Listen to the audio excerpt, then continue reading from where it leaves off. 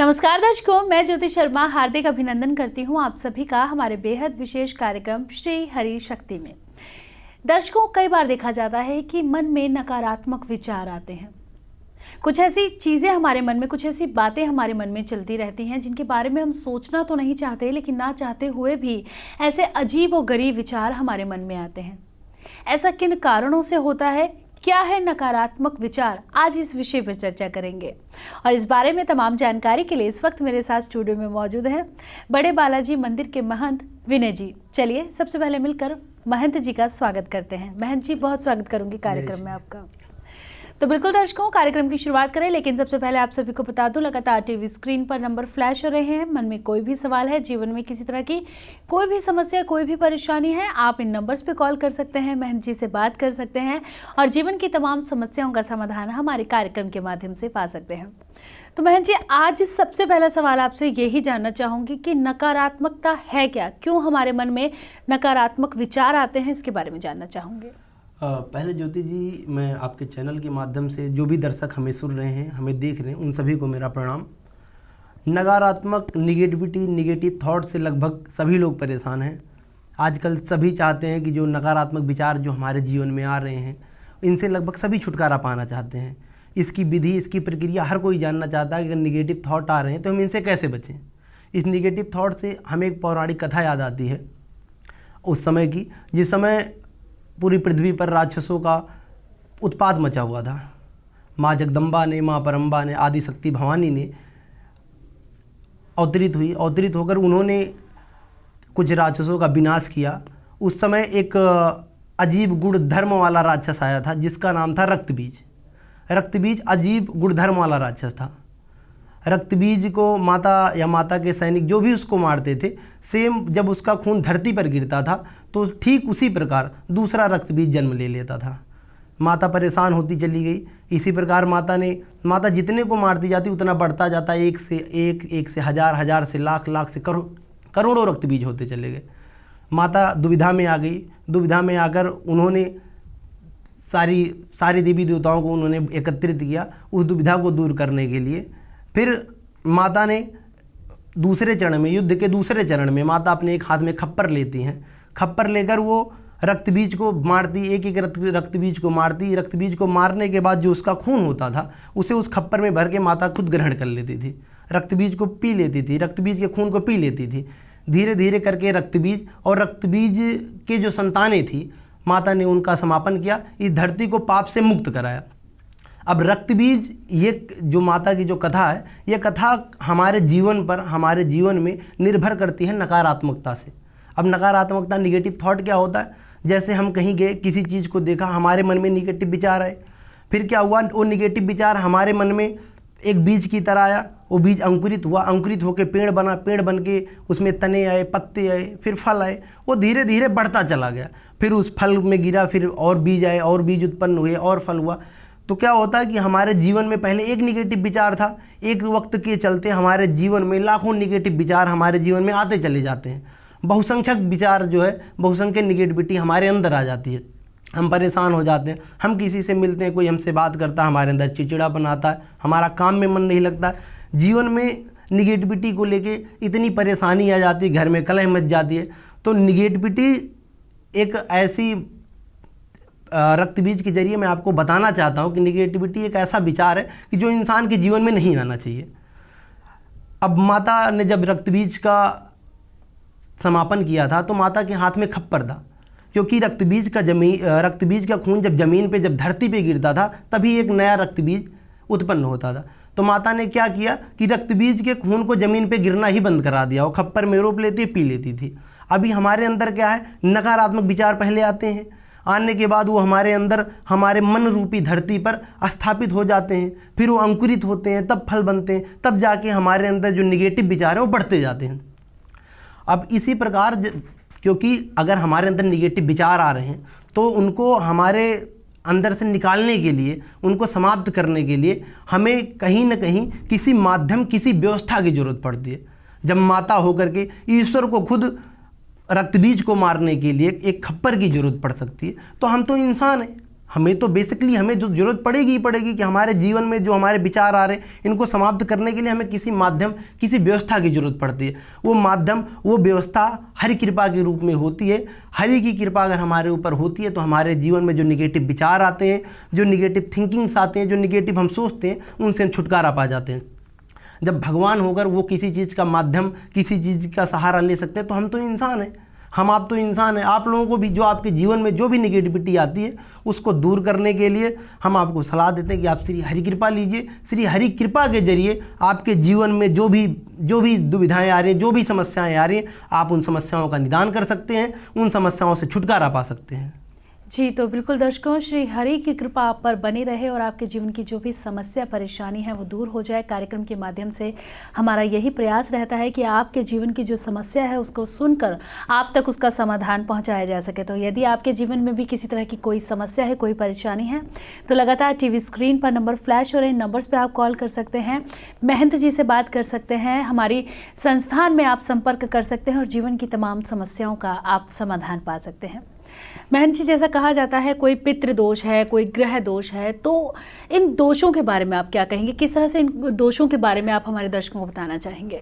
आज का जो हमारा जीवन है, इस जीवन के हिसाब से जैसे हम कहीं गए, किसी से मिले, तो अभी आपका बिजनेस अच्छा नहीं चल रहा है तो लोग क्या बोलते हैं, आपके ग्रह नक्षत्र खराब है, आप पे ग्रह दोष है, आप पे ये दिक्कतें आ रही है। अब आपके पास पैसा नहीं आ रहा है, आपके पास पैसा रुक नहीं रहा है, आपके यहाँ बरकत नहीं हो रही है, तो लोग बोलते हैं पितृदोष चल रहा है। आपको बीमारी लगी है तो आपके ऊपर राहु केतु का कुप्रभाव पड़ा हुआ है।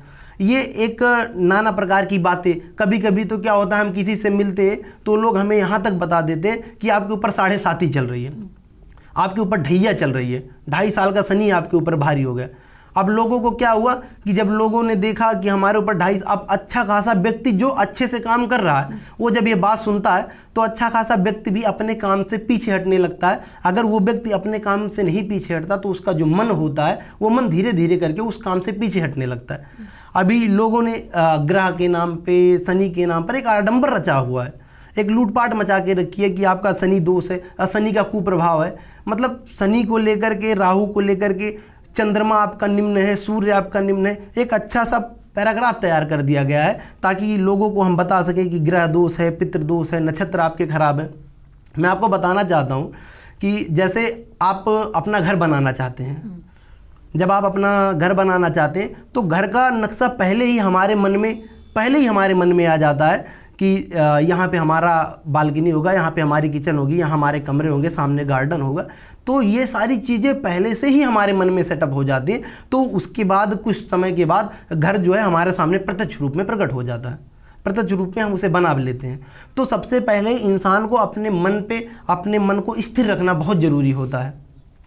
एक समय की बात थी, एक धर्मशाला में 4 व्यक्ति रुके पड़े थे। चारों जो है एक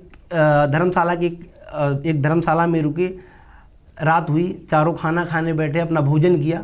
चारों जब भोजन करके उठते हैं तो उसमें से एक व्यक्ति जो है वो रात्रि को 4 बजे धर्मशाला के मैनेजर से, उनके मालिक से बताया कि मैं जो है जा रहा हूँ, मुझे काम है। वो आगे निकल गया, अपनी यात्रा आगे की शुरू कर दी। जब वो 1 साल के बाद वापस किसी काम से उसी नगर में जब वापस आता है तो वो धर्मशाला के बारे में सोचता है कि यहाँ की व्यवस्था अच्छी है, हम क्यों ना यहीं वापस रुक जाएं।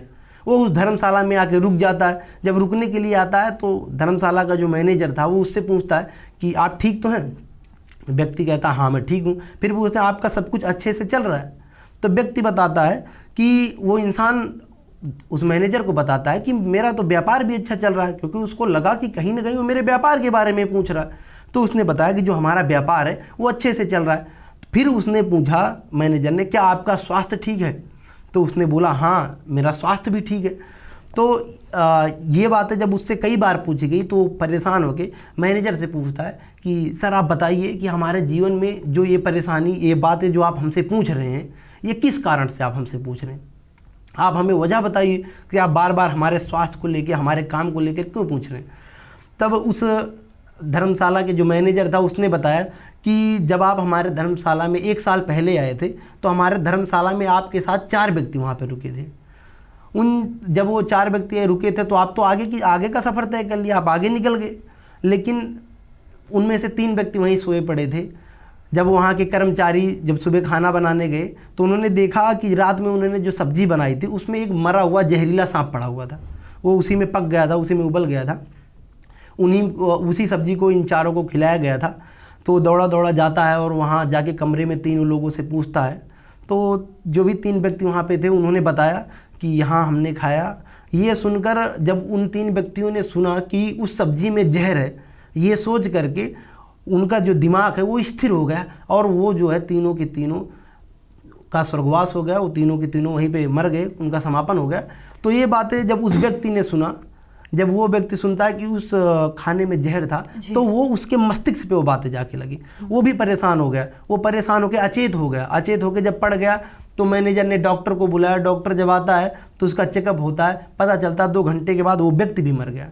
अब इंसान का निर्माण और इंसान का पतन वो इंसान की सोच के हिसाब से होता है। जब एक व्यक्ति बैठा था, बैठ के जब उसको पता चला कि उसमें सांप है तो ऑटोमेटिक उसके शरीर में जो जहर है वो अपने आप उत्पन्न हो गया। क्योंकि हमारा जो शरीर है, हमारे शरीर की जो सारे अंग है, ये हमारे लिए औषधि का काम करती हैं। हमारा लीवर जो है वो 150 किस्म की दवाइयाँ बनाता है। हमारा ब्रेन जो है वो 500 किस्म की दवाइयाँ बनाता है। ये सिर्फ औषधि ही नहीं बनाता। अगर हम चिंता में जाते हैं, अगर हम नकारात्मक की तरफ जाते हैं, अगर हमको कोई ये बता दे कि हमारे पास ग्रह दोष है, हम चिंतन में जाते हैं, तो धीरे धीरे करके ये हमारा जो शरीर है ये हमारे लिए विष भी बनाना शुरू कर देता है। क्योंकि हमारा शरीर विष और औषधि दोनों बनाता है। तो धीरे धीरे इंसान बीमार हो जाता है। और जब इंसान बीमार हो जाता है तो इस बीमारी को, जो इंसान के अंदर बीमारी होती है, इसे बोलते हैं स्वतः, जो स्वतः पैदा होने वाली बीमारी होती है, इसको स्वतः पैदा होने वाली बीमारी कहते हैं। कभी अभी कुछ समय पहले मैं कई सारे जो है अफसर से मिला जो अभी रिटायर हो गए हैं।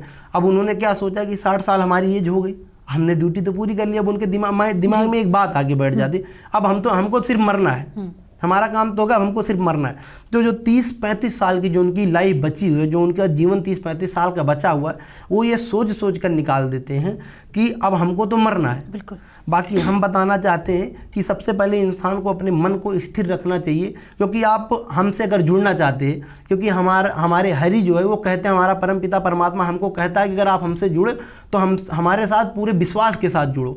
क्योंकि इंसान अगर कमज़ोर होता है तो पहले मन से मरता है, शरीर से बाद में मरता है। जी महन जी, आगे इस विषय पर चर्चा करेंगे, लेकिन कार्यक्रम में हमारे दर्शक लगातार हमारे साथ बने रहते हैं और इस वक्त रोहित हमारे साथ जुड़ चुके हैं। चलिए बात करेंगे। हेलो जी रोहित जी, बहुत स्वागत है आपका। अपनी समस्या बताएं। जी बहन जी को नमस्कार। जी जय श्री हरि। रोहित जी, सबसे पहले आप जय श्री हरि बोलिए। बहन जी, मेरा बिजनेस का समस्या चल रहा है, बिजनेस ठीक से चल नहीं रहा है। रोहित जी, आप अपने दादाजी का नाम बताइए। दादाजी मतलब पिताजी के पिताजी का? हाँ, आप अपने पिताजी के पिताजी का नाम बताइए। राम लखन। ये जो आपको आपके बिजनेस में जो समस्याएं आ रही हैं, ये करीब 2-2.5 साल से आ रही हैं? हाँ जी महन जी, करीब 3-3.5 साल हो गया, वही 2.5-3 साल से मान लीजिए आप। हाँ, तो ज्यादा समस्या आ रही 2.5-3 साल से। सबसे पहले रोहित जी, आप एक काम करिए, आप अपनी फोटो और अपना डिटेल हमारी संस्था को प्रोवाइड करवाइए। फिर हम बैठ के गणना करेंगे कि जो आपके जीवन में जो समस्याएं आ रही हैं ये किस कारणों से आ रही हैं। फिर उसके हिसाब से हम आपको उपाय बताएंगे। क्यों समस्या आ रही है? जैसे मेरे ही लाइफ में मैं कुछ करता हूँ, कुछ अच्छा होता है, फिर उसके बाद एकदम से पता लगता है कि चीजें ऐसी होने लगी, तो ऐसा क्यों होता है? देखिए रोहित जी, अब कोई हम भगवान तो है नहीं कि जो हम आपको तुरंत के तुरंत आपको सोल्यूशन बता दें। हम इस पे बैठेंगे, अच्छे से बैठकर गणना करेंगे कि अगर आपको ये समस्याएं आ रही किस वजह से आ रही हैं, अब क्या कोई दोष आ रहा है या क्या दिक्कत आ रही है, अगर निगेटिविटी भी आ रही होगी तो किस कारण से आ रही है, अगर क्या दिक्कत आप मतलब आपके पूरे परिवार में, आप अपना पूरा डिटेल एक बार हमारी संस्था को भेजिए। फिर मैं जो है एक बार चेक करता हूँ, फिर चेक करने के बाद मैं आपको बताऊंगा, आपको उपाय बताऊंगा। आप उसके हिसाब से जो नंबर दिख रहा है मैं जी, इसी नंबर पे। हाँ, आप इस नंबर पे एक बार कॉल कर लीजिए, हमारी संस्था आपको संपर्क करेगी। आप अपना डिटेल भेज देना, उस डिटेल के हिसाब से आप अपना आशीर्वाद मेरे को दीजिए। मुझे लगता है मेरा कार्य सफल हो जाएगा आपके आशीर्वाद से। आशीर्वाद श्री हरि का आपके ऊपर बना रहे, और आपके ऊपर बना भी है। मैं श्री हरि से यही प्रार्थना करूंगा कि आपके जीवन में जो समस्याएं आ रही हैं उनका जल्द से जल्द निदान हो। मैं एक बार देखूंगा, फिर आपसे संपर्क करूंगा। जय श्री हरि। जी, तो बिल्कुल दर्शकों, कार्यक्रम के माध्यम से यही प्रयास रहता है कि आपके जीवन में जो समस्या परेशानी चल रही है आप तक उनका समाधान पहुंचाया जा सके। लेकिन आप हमारी संस्थान में भी संपर्क करें, अपने फ़ोटो आप भेज सकते हैं, उसके बाद बताया जाएगा कि आपके जीवन में क्या समस्या चल रही है, किन कारणों से चल रही है और क्या कुछ आप उपाय कर सकते हैं। लगातार टीवी स्क्रीन पर नंबर फ्लैश हो रहे हैं, आप कॉल कर सकते हैं, बात कर सकते हैं। मन में कोई भी सवाल है, जीवन में कोई भी समस्या है, तमाम समस्याओं का समाधान आपको कार्यक्रम के माध्यम से दिया जाएगा। बहन जी, बहुत सारी बातें यहाँ पर चल रही हैं, तो कई बार देखा जाता है कि बताया जाता है कि आपकी कुंडली में सूर्य निम्न भाव पे बैठा है या चंद्रमा निम्न भाव पे बैठा है, तो इसका क्या कारण होता है? और अगर इस बारे में मैं जानना चाहूँ तो मैं चाहूँगी आप हमारे दर्शकों को ज़रूर बताएं। हाँ, ये भी होता है कि कभी हम किसी से जाते हैं, मिलते हैं, तो हमको बताते हैं कि आपका सूर्य जो निम्न स्थिति में है। तो मैं यही जानना चाहता हूँ कि सूर्य तो एक है, वही आपके लिए भी है, वही मेरे लिए भी, वही सारे जगत के लिए है। तो सूर्य कैसे आपके लिए निम्न स्थिति में बैठा है और दूसरे वाले के लिए सूर्य जो है अच्छे स्थिति में बैठा हुआ है? अगर सूर्य 1000 होता, सूर्य 1,00,000 होता, अगर लाखों सूर्य होते, तो मैं मानता कि जो हमारा सूर्य है, जो आपका सूर्य है, वो खराब है। अब सूर्य तो एक ही है। जब सूर्य एक है तो हम कैसे मान लें कि सूर्य जो है वो अगर निम्न स्थिति में कैसे बैठ जाएगा? क्योंकि सूर्य एक होता है। अभी आप लोग सुना होगा, अगर आप किसी के पास जाएं तो आपको बताते हैं आपका चंद्रमा जो निम्न स्थिति में है। हम कैसे मान लें कि आपका चंद्रमा जो निम्न स्थिति में है? क्योंकि चंद्रमा एक है। चंद्रमा निम्न स्थिति में जाने के कारण आपके जीवन में संताप आता है, आपके जीवन में समस्याएं आती हैं। ऐसा बताने वाले बहुत सारे लोग आपको मिलेंगे, लेकिन हम आपको बताना चाहते हैं कि चंद्रमा एक है।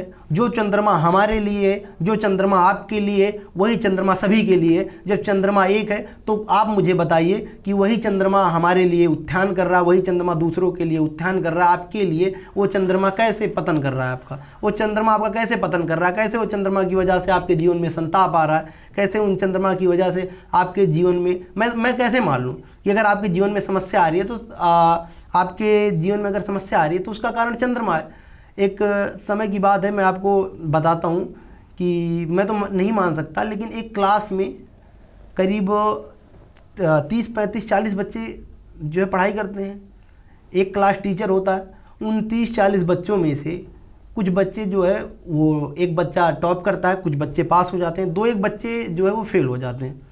अब जो 2-1 बच्चे फेल हो जाते हैं, अगर उनसे पूछा जाए कि भाई क्यों फेल हो गए, तो सीधा सीधा एक ही बात बताते हैं कि ये तो क्लास टीचर की गलती है, टीचर ने हमें सही से पढ़ाया नहीं तो हम जो है फेल हो गए।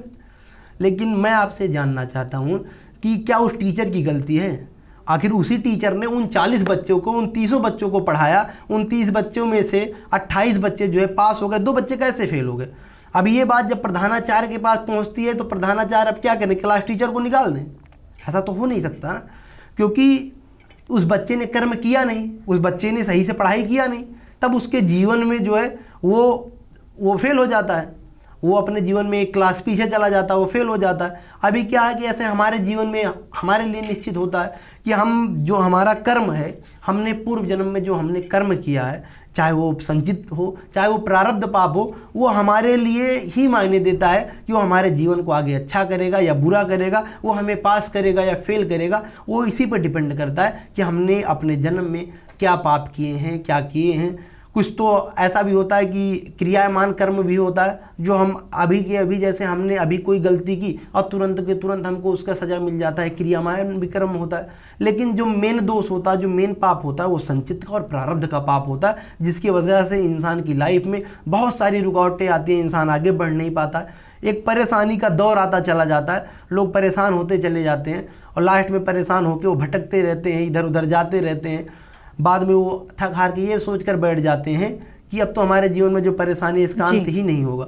जी बिल्कुल बहन जी। तो बिल्कुल दर्शकों, अगर आपके मन में भी ये सवाल है कि शायद अब आपका जीवन खराब हो गया है या जीवन में परिस्थितियां जो हैं वो पहले से बहुत ज़्यादा खराब हो गई और आप अपने जीवन को अच्छा करना चाहते हैं, अपने जीवन में खुशियां लाना चाहते हैं, अपने जीवन में आनंद लाना चाहते हैं, तो आप हमारी संस्थान में संपर्क कर सकते हैं। कार्यक्रम के दौरान आप कॉल भी कर सकते हैं। मन में कोई भी सवाल है, जीवन में कोई भी समस्या है, तमाम समस्याओं का समाधान आप हमारे बेहद विशेष कार्यक्रम के माध्यम से पा सकते हैं। बहन जी, आगे अगर बात की जाए, जिस तरह से आपने कहा कि हमारे प्रारब्ध और हमारे संचित का ही सब कुछ किया है जो हमें वापस मिल रहा है, तो इसके बारे में बहन जी मैं आपसे जानना चाहूँगी। प्रारब्ध और संचित की एक अपनी अलग परिभाषा होती है।